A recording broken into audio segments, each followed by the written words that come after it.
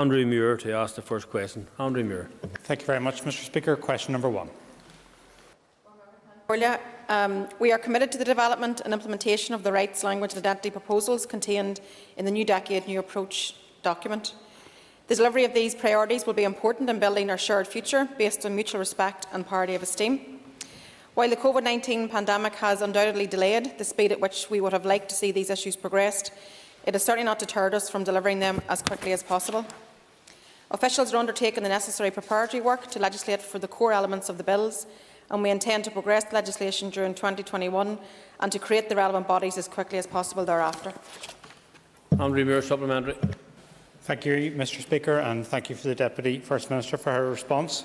On the 3rd of September, I asked the First Minister and Deputy First Minister, in light of the delays encountered to date, whether they intended to publish revised timescales for the implementation of New Decade New Approach.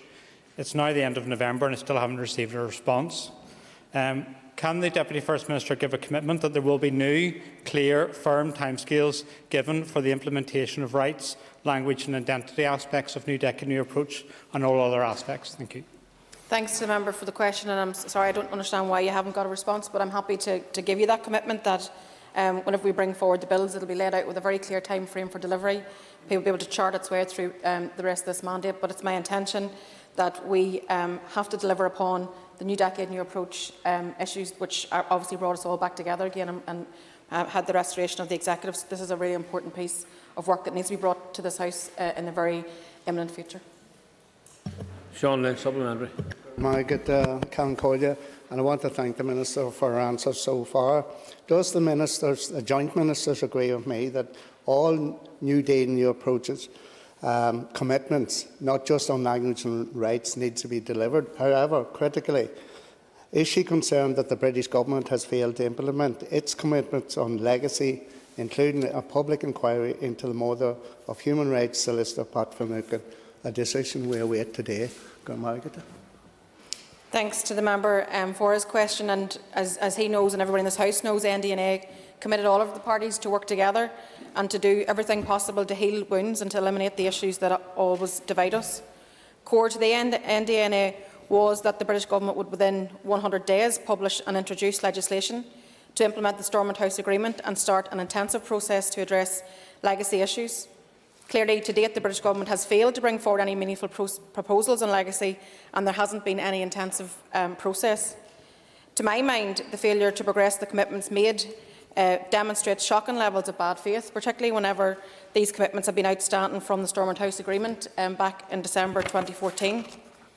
I have today spoken with the Finucane family, who will this afternoon receive next steps from the British Government. And it's their view, and it's certainly a view that I share, that all state agencies must be accountable to the law. It's my clear view that the British Government has no alternative but to direct a public inquiry into the murder of human rights lawyer Patrick Finucane. I believe it's in the public interest also to do so. The failure to honour political commitments and uphold legal obligations in respect of legacy matters will have far-reaching implications affecting victims and public confidence in the rule of law and the administration of justice. If we're going to continue to build the peace that we all must work very hard for every day, however difficult and challenging, to collectively heal all the wounds of the past, then we must continue to do that together. I call Rosemary Barton. Thank you, Deputy Minister. Deputy Minister, you will know that the Ulster Unionist Party are against this aspect of the New Decade New Approach deal, given that the language and culture has already been catered for as part of the Belfast Agreement. But, Minister, can you outline the overall cost of implementing this section of the agreement? Well, I am aware that the Ulster Unionist Party are against bringing forward legislation that delivers parity of esteem for those who have an Irish national identity, and I think that's regrettable, and I would ask you to reconsider that position. No one has anything to fear from legislating for the language. No one has anything to fear from allowing children who are educated through the medium of Irish live their life through Irish. So I would just again ask the Ulster Unionist Party to rethink your position and perhaps join everybody else who's trying to deliver this legislation, because I believe it's in society's wider interest.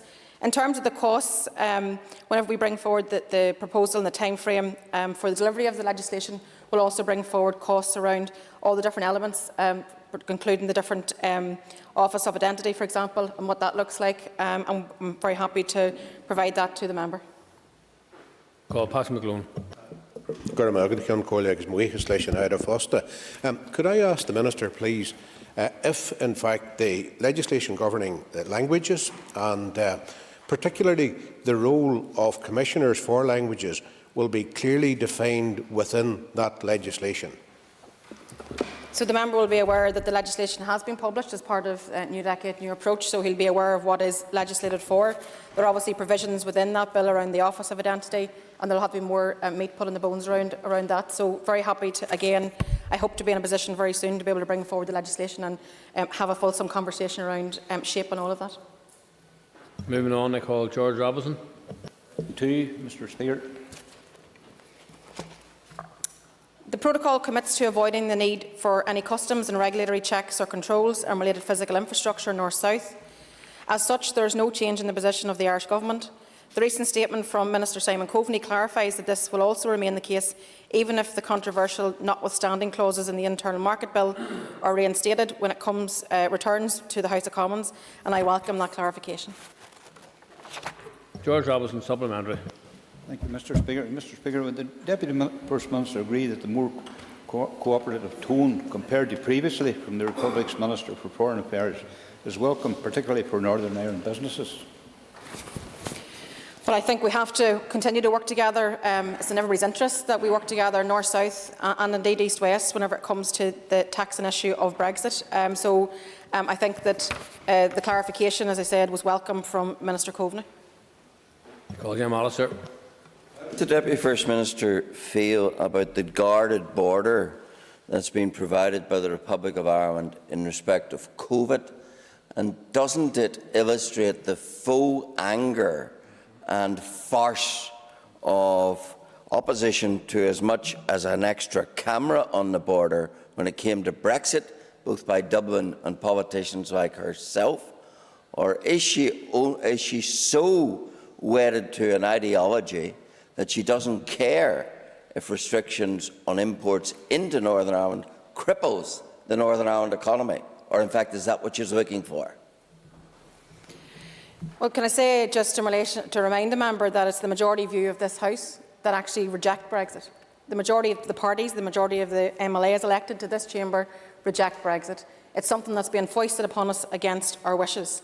We set ourselves a task at the very start of the Brexit debacle to try and afford ourselves some protections, and that was achieved in the form of the protocol and the withdrawal agreement.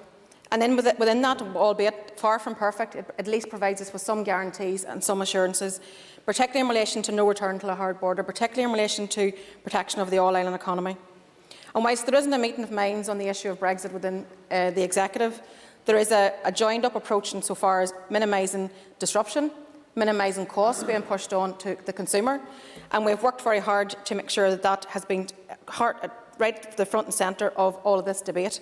So I can say very clearly to the member that I've worked very hard to protect the interests of the people who live here. I've worked very hard and actually looked towards Dublin to afford some protections actually to the people on this jurisdiction, and I think we need to continue to do that. I call Pat Sheehan.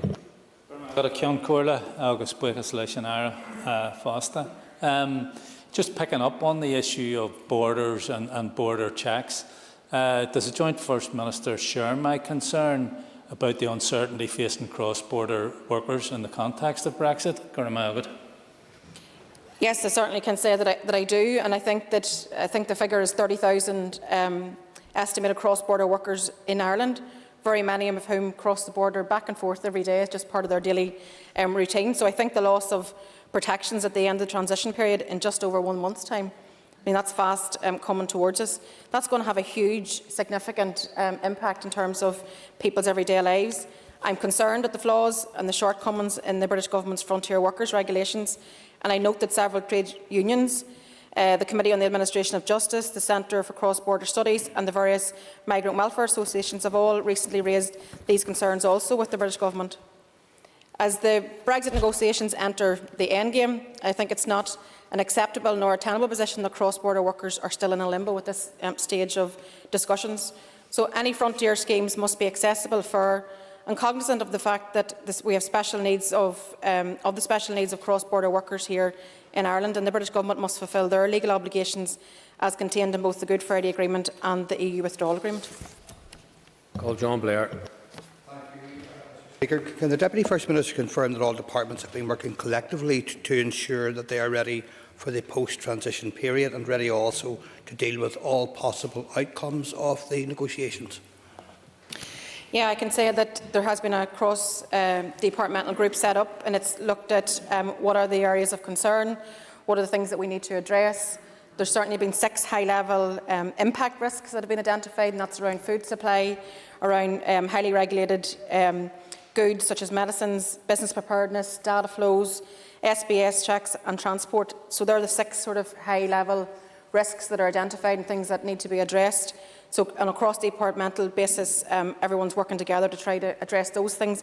And I can assure you there's a long list that even comes beyond those 6 things that also need to be resolved. So significant challenges and significant preparation is underway.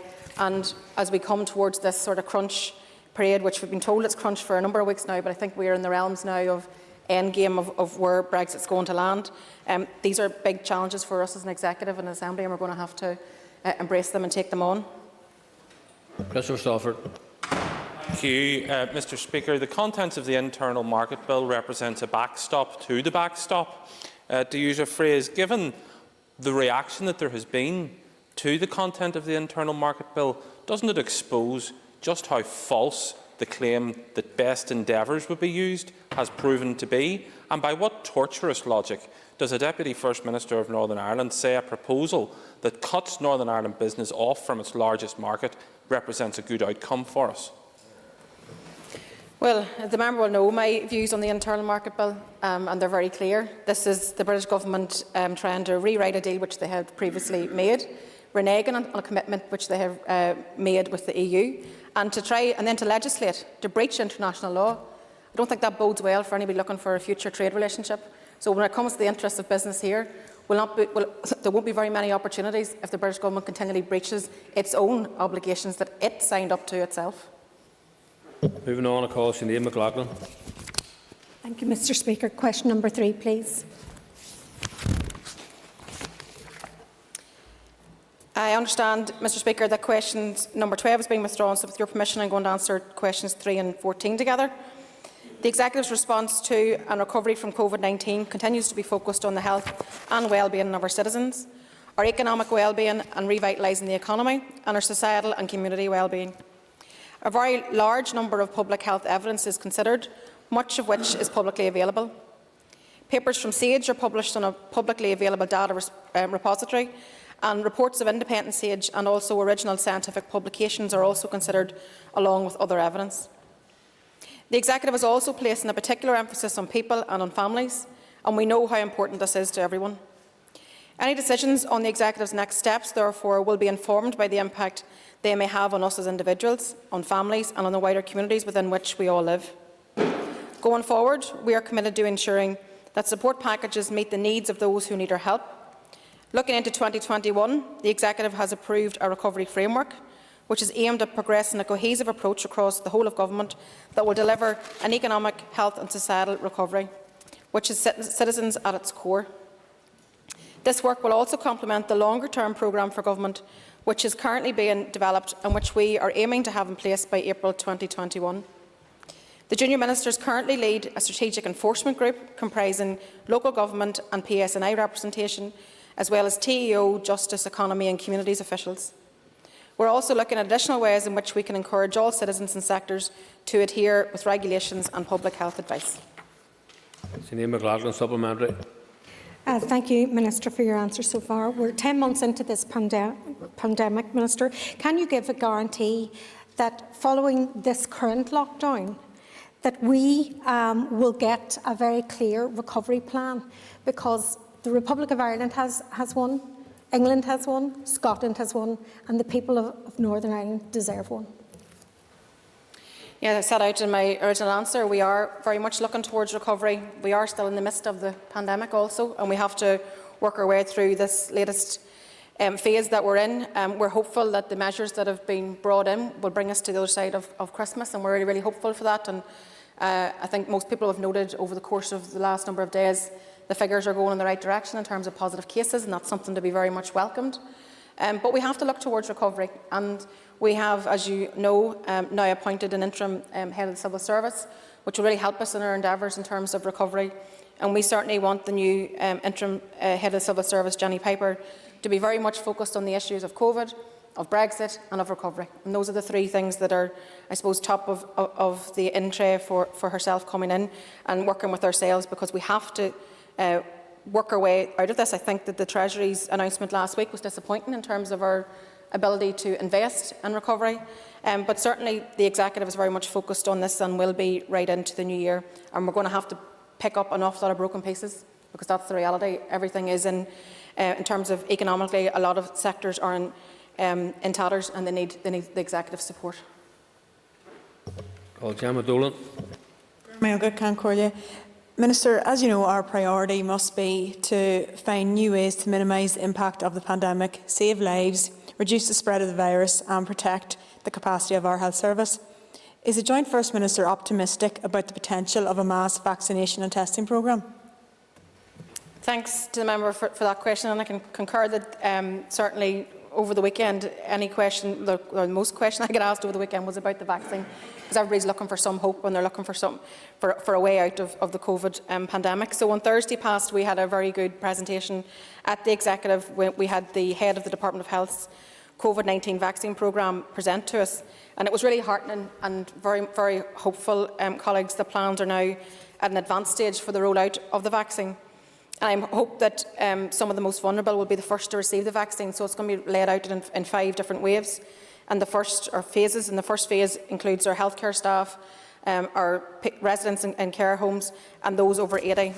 And then we'll move from that into early 2021, where we're going to have those who are over 65 and vulnerable people under 65 going to receive the vaccine. And then further to that, in spring 2021, those over 50 who have not yet been vaccinated should also receive the vaccine. And then by summer of 2021, we hope to see that mass vaccination rolled out to the general public. So that's a very hopeful position for us to be in. And I think that alongside that work, what's necessary work is the rollout of mass testing.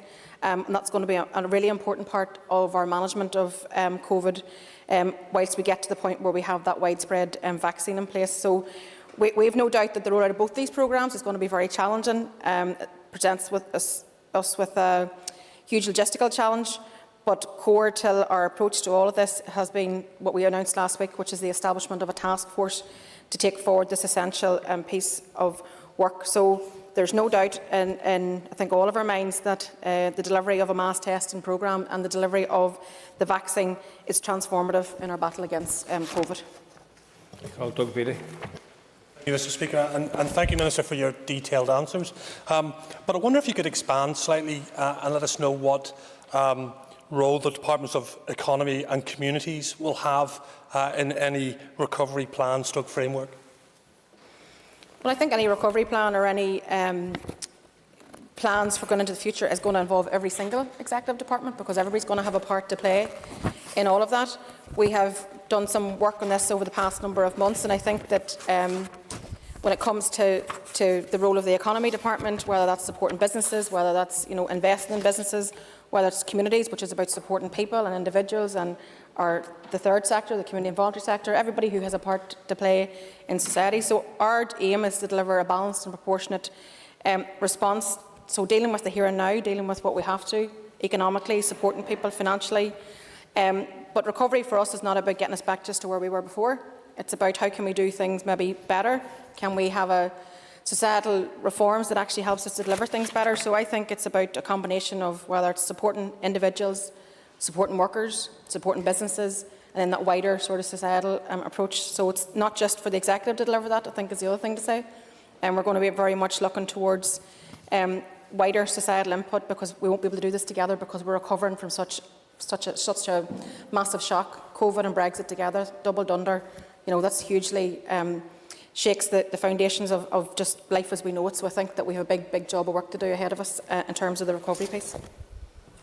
Gordon Dunn.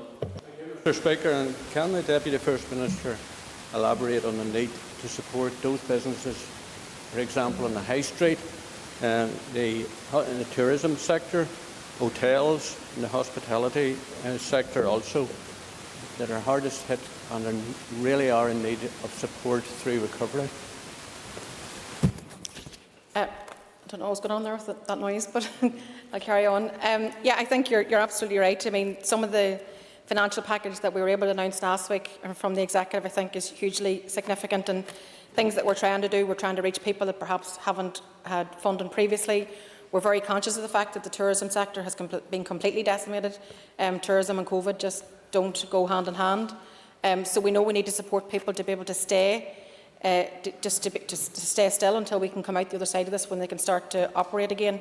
So a number of the things that we brought forward last week we hope will go somewhat to supporting people right now. Everything from the rates holiday, the voucher scheme that's going to get our high street running again, the support that we announced for tourism and hospitality schemes, bed and breakfasts, additional support for pubs. And I think all those things are really, really important to try and just keep people afloat till we get to the other side of this. I call Emma Rogan. Question 4. Over recent weeks, negotiations have intensified with the aim of securing an agreement. Discussions on the future relationship have continued since then. We welcome this commitment to continue discussions, however we recognise that these talks could still result in a non-negotiated outcome. We are therefore continuing our operational readiness planning to include this possibility. The key challenge for departments in this planning process is the urgent clarity which is needed to implement both the protocol and any agreed deal with the EU. Our officials have undertaken bilateral meetings with officials from other departments in order to scrutinise readiness issues and identify possible mitigations, including where interventions would be required from the British Government, and assurances around continuity agreements or bilateral agreements. Supplementary, Emma Rogan. Ministers will be aware that the lack of clarity and preparedness in relation to the implementation of the protocol will have a real impact in economic terms. Can the Joint First Minister set out the primary issues of concern at this minute?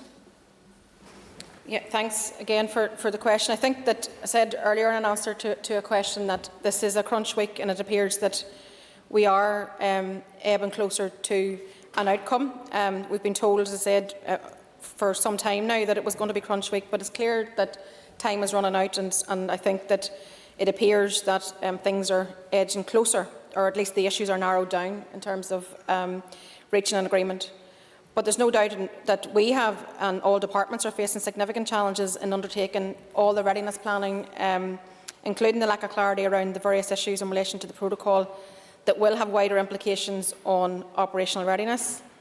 As a result, the EU Future Relations programme has been refocused on readiness activities, and the Executive has agreed to focus on those 6 high-priority, high-impact risks identified by the departments. That's food supply, flow of highly regulated goods, business preparedness, data flows, SBS checks and transport. And to ensure that they are considered concurrently, this plan is also being taken forward in parallel with the COVID-19 response and recovery.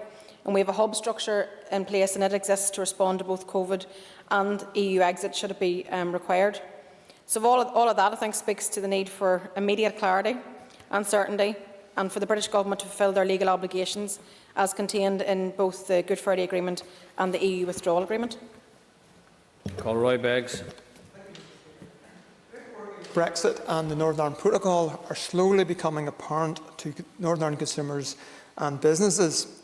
Many retailers are already indicating that checks on food products will add to costs and delays, and that some products will not even be placed on shelves from the 1st of January. So my question is, has the Deputy First Minister, along with the First Minister, vigorously lobbied the EU to minimise delays on our goods moving to GB and to minimise the bureaucracy, the costs, the delays and the inconvenience to Northern Ireland consumers? I can say to the member, I think we spoke about it in this House before, that yes, we have. We've raised it at every opportunity. We don't have a meeting in minds on the issue of Brexit, but we do have a meeting in minds in terms of trying to limit disruption to our local businesses to make sure the costs aren't passed on to consumers. We've heard at length over the course of recent weeks this issue of food supply in particular, and I've said that that's one of the high-risk areas which we have identified, and we will continue to raise that issue until we have clarity on all of these things. It's about time the businesses here had this clarity. We've been calling for it for a considerable period of time. Paul Colin McGrath. Mr Speaker, the Deputy First Minister will be aware that today begins the last of 3 weeks before the Christmas recess. Do you have any indication of the legislative timetable that's going to be required to deliver the Brexit legislation that is required before the 31st of December? And as we've nothing planned for this week, how are we going to fit this into the 2 weeks that are left? I think the member sets out the challenge. That is the challenge. And I think that as departments work their way through on a cross-departmental way, all the preparedness, all the work that's being done, there's no doubt that there's going to be legislative burden on us, even if it's not before the end of the year, but certainly it's going to carry out the rest of the mandate. We're going to be bringing forward legislation because I think there will be things that will come in the aftermath as well. So we have set out the legislative programme, but in terms of once we have clarity, I think, and hopefully we get that clarity one way or the other this week, if that comes forward, then at least we're able to set out very clearly, well, this is what the legislation looks like, and then get a timetable for delivery of it. Joanne Bunting. The Deputy First Minister has made mention of the importance of relationships at this time and the crucial period that we're in. So in light of that, does she concur that recent tweets from Sinn Féin TDs with regard to a terrorist campaign have been immensely hurtful and damaging to relationships here at home? Can Corlia, the question is in relation to Brexit, so I'm quite sure the member might take an opportunity to turn topicals, but this question is in relation to Brexit. Paul Trevor Clark. Question number 5.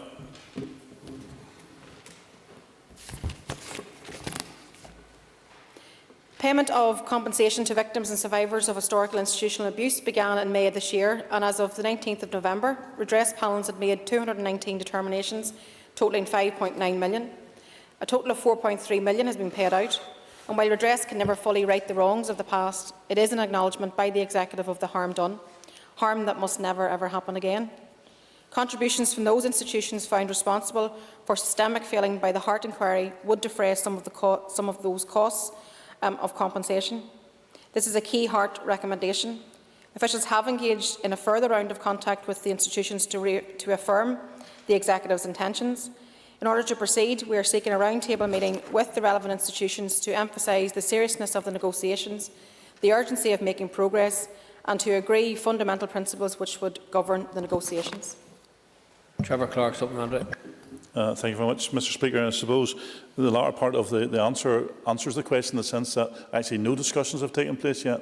And I think the importance for certainly many of the people in this House is that the institutions of those who were responsible for the hurt to these people are brought to the financial burden should be laid upon them. So I suppose I'm urging you, Minister, to update the House in relation to what your commitments are actually to make sure that those institutions actually pay for the damage that they've done to those individuals that they were supposed to be in their care of. Just to say, Can Corley, there's no question of that at all. I'm actually quite frustrated that we haven't had a further meeting, but there has been official level meetings. But I can assure the member that I've raised the issue with officials that we need to have this meeting now, because we need to be able to progress this issue now. Colin McNesbitt. Speaker, I thank the Deputy First Minister. Given we know the institutions which will be liable to contribute to redress, would you consider asking them to make substantial deposits immediately, deposits which could be refunded if they pay excessively? And this would be a scheme which would take a lot of the pressure off the public purse. As I said, I think that they have a role to play, and they have to be able to financially contribute. So I will take what you've said on board, and I'll speak with officials in relation to it and see if that's something that is possible. And if it helps stop any further delays, then I'm more than open to looking at anything like that. Sinead Ennis. Corlia, can I ask the Joint First Minister if she can provide an update on the timeline for delivery of the new HIS support services? Well, I'm actually delighted to say that tomorrow actually we'll be launching the service, and it's going to build on what's already been achieved for HIA victims and survivors, and on the interim service for counselling and emotional support that was established in early summer. So I think this is certainly another milestone in the implementation of the Hart report. That ends the period for a list of questions, and we will now move on to 15 minutes of topical questions. And I call Daniel McCrossan. Thank you, Mr Speaker, and thank you to the Deputy First Minister for the answers to the questions so far. Can the Deputy First Minister provide details of the rollout of the COVID vaccine, and can she give a reassurance that those living in rural areas will have access to the vaccine, particularly those who have no access to cars or public transport? Yes, well, as I set out during question time, the vaccine programme, I think, certainly offers us the best hope in our fight back against this pandemic, and great strides have been made forward. There's going to be a rollout plan of 5 different phases, with the first phase being nursing homes, nursing care home staff, and those over 80. Those are the deemed most vulnerable category, and then it moves on into over 65s and under 65s with vulnerable, who are vulnerable, obviously. So I think that the rollout of that, I think this is very positive news. Now, it's not, I wouldn't want anybody to get carried away, because it's going to take us to maybe next summer before we have it fully implemented. So we need to still be vigilant and still follow the public health advice. But certainly, this is a really, really brilliant step forward, and great strides have been made. And I commend all those for getting us to this point. We're going to have a range of vaccinations, access, I think, to 7 different vaccinations. We'll receive our Barnett consequential of all of that, but I think that mass vaccination society offers us the best protection against COVID and the best hope about moving beyond COVID as well. Daniel McCross, supplementary. I thank the Deputy First Minister for the answer to the question, and it is a very positive step forward, very reassuring that there is light at the end of the tunnel, and hopefully that 2021 will be a much better year for our society than the one that we have all endured this year. Can the Minister outline if councils are going to have a particular role in administering of this vaccine, and to ensure its rollout is done swiftly and quickly? And does the Minister foresee that the Army will be required in order to get the vaccine out? So last week, both myself and the First Minister announced a task force, and the task force is actually about bringing together all different departments and how they can play their role in making sure that we deliver both mass testing and vaccine right across our communities. And we have excellent infrastructure here in order to be able to deliver this programme, both these programmes. So we want to bring together, council certainly would have a role to play. I think that we have so many community facilities if required. Councils have played their role, actually. I think I would say that, as have communities the whole way through this pandemic. So it's going to take cross-departmental work. It's going to take a huge lift on behalf of everybody, but that's why we've announced the task force actually to do this very piece of work. I call George Robinson. Thank you, Mr Speaker. Mr Speaker, could I ask the Deputy First Minister a very topical question? What was the Deputy First Minister's reaction to the comments of your Sinn Féin colleague, Representative Brian Stanley, regarding the horrific Narrow-Water atrocity? Brian Stanley deleted his tweet, which was inappropriate, insensitive, and he has apologised, and I accept that. I think we all have a responsibility in this decade of centenaries to remember and commemorate the past in a respectful manner. And I think there's an onus on all of us in positions of political leadership to do our utmost to move this society on, and to avoid refighting old battles of the past, or conduct our politics in a way that is respectful and which threatens no one.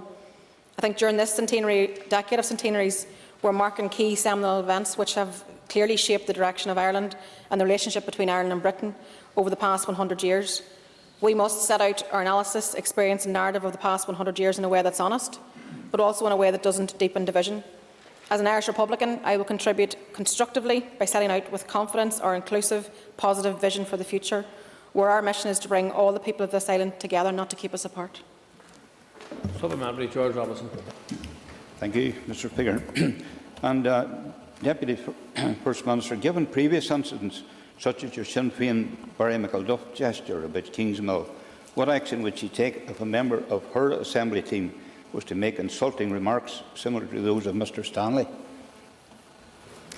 As I said, I think all of us in political leadership have an onus to do our utmost to move society forward and to make sure that we avoid refighting battles of the past. I encourage all of us in this chamber as political leaders to do so.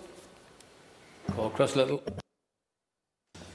Thank you, Mr Speaker. This has obviously been a challenging year for children in Northern Ireland, and many, including 2 little people in my house, are really looking forward to the hope and gifts of Christmas. So can I ask the Deputy First Minister, on behalf of younger and some older constituents, to confirm that the executive guidelines will allow Santa Claus, insofar as possible, to deliver some presents to children this Christmas? Well, I think that's an excellent question, and I'm quite sure that. Well, I think it's an excellent question, and I'm quite sure all the little boys and girls out there are really wanting to know the answer to that. So I can confirm that the elves have confirmed to the executive that Santa is getting ready, that Dancer, Prancer and Rudolph are ready to go, that the presents are packed, and that Santa will be here. But they've also said that all the boys and girls need to be very, very good, because 25 more sleeps and then Santa's going to be here. Chris Little, follow that one. Supplementary. Thank you, Mr. Speaker. I've tried my best this year. Can I thank the Deputy First Minister for her confirmation that Santa Claus will be allowed to work in Northern Ireland this Christmas, and indeed wish all children a really happy end of term and Christmas this year. Can I also ask the Deputy First Minister to ensure that the Executive work together as best as possible to make 2021 a better year for all children in Northern Ireland? And I'll check a Hansard and see if I can give you a reference. Kelly Armstrong. Thank you very much, Mr. Speaker, and thank you very much to the Deputy First Minister and my colleague. Sorry, Ms Armstrong, sorry, I neglected to let the Deputy First Minister respond if she wished to. Just to concur, I mean, absolutely, this year has just been a desperate year all round on many fronts for many people, and I think we all acknowledge readily that so many people are struggling right now as a result of everything that's happened this year. So let's all hope next year's a better year, and let's all work together to make that the case. Now I call Kelly Armstrong. Thank you very much, Mr. Speaker, and thank you very much, Deputy First Minister. Just speaking about presents, I received one at the weekend. I received an image of a flag that's being designed to commemorate the 100th anniversary of Northern Ireland. It concerned me slightly because it does look as an image that is very one-sided. So I'd like to ask the Deputy First Minister if she can confirm when the flag's Identity, Culture and Tradition report will be published or brought to the Executive for discussion. Yes, as the member knows, that we received the report back on the 17th of July, and it covers quite a wide range of complex and challenging issues which have remained unresolved and impacted on our society for many years. Junior ministers met with the former joint chairs of the Commission to discuss the report, and we're currently considering the final report, and we will decide on the appropriate next steps, including a decision on the publication of the Commission's report in due course. Kelly Armstrong, supplementary. Thank you very much. As I've mentioned, next year brings forward a 100th anniversary, celebration, centenary, however people want to recognise that. Given the fact that Northern Ireland has come on so far in the last couple of decades, can the Deputy First Minister confirm that any considerations moving forward into next year will represent all of the citizens that live in this place, including those of us who designate as both and other, to ensure that if there is any production of flags or memorabilia or anything, that it actually is inclusive? Yeah, can I say, and I'm on the public record of having said this, I mean, this decade of centenaries opens up, I suppose, the debate around all the sentinel sort of seminal events that have shaped the direction of Ireland and indeed of Britain and the relationship between the two islands. And I think that 2021 for me should be inclusive. It should be about how we include everybody in the conversation around the continued transformation of this society, how we can make things better. For me, certainly it presents an opportunity. Whilst I certainly will never say there's anything to celebrate from partition, I think it's failed everybody across this island. But I don't want 2021 to be defined by rancour or division. I certainly want it to be about a forward-looking conversation. I want it to be about the future, and I want it to be about how can we do that together and make things better together. We'll call the next member to advise that questions 7 and 9 are both withdrawn. William Irwin. Can I ask the Deputy First Minister, does she accept the frustration of smaller retailers such as toy shops when they see large supermarkets selling the same products as they are prevented from selling? Yeah, I certainly can, and I think this is just such a frustrating time for many people, and there's many contradictions and anomalies in the regulations, so I do share the concern. We tried to mitigate somewhat against that by allowing click and collect to allow people some opportunity to be able to sell. But I fully accept the challenge that there are for the business community right now. William Irwin, supplementary. Can I thank the Deputy First Minister for a response? Can the Deputy First Minister confirm that such businesses that have to close will receive support through the Department of Finance scheme in a timely manner? Yes, and we're obviously there are a number of schemes that are paying out grant aid at the moment, and it's really vitally important that whilst we're asking people to close their doors, that they're financially supported. So we hope that continued progress is being made on both schemes across Department of Finance and Department of Economy, and we need to get that money into people's pockets now. And I can assure you that those people that are impacted by this recent wave of restrictions are also going to be included in the financial support package. Colm Story. Thank you, Mr. Speaker. As the Minister has already stated in the House that all state agencies must be accountable to the law, as one of those state agents, as a Minister of the Crown, could the Deputy First Minister outline to this House what contacts he has had with the PSNI in relation to the Bobby Story funeral? And will she give an accurate account of that contact, unlike when she appeared before the Executive Committee of this House on the 1st of July, when she was asked, and she accurately stated, Republicans would have come in even larger numbers from across this island and further afield to the funeral yesterday, had that been possible. We actively discouraged people. We now know that is not the case. Well, can I say that I have came before this House and before the committee on many occasions, and have, I think, amply dealt with the issue in terms of the funeral and the PSNI inquiry. I have cooperated from the very outset and will be available to the PSNI whenever they set a date for a discussion. Story, supplementary. Thank you, Mr. Speaker. Does the Deputy Minister accept that it is hugely frustrating for the public to see this fiasco being played out for the last number of months, when at the weekend in North Down we had people put off the beach for going for a swim, but yet you and your colleagues, some others in this House, attended a funeral in breach of the regulations, and months later we are still playing out this pantomime in terms of giving the right, accurate account to the law. I think my position is very clear, Ceann Comhairle. I've stated very clearly that I'm more than happy to speak to the PSNI whenever something is arranged. And in terms of the weekend and people being asked to leave the beach, they're being asked to leave for a reason. The reason is that COVID is rife and we need to try and get on top of it. Well, Melissa McHugh.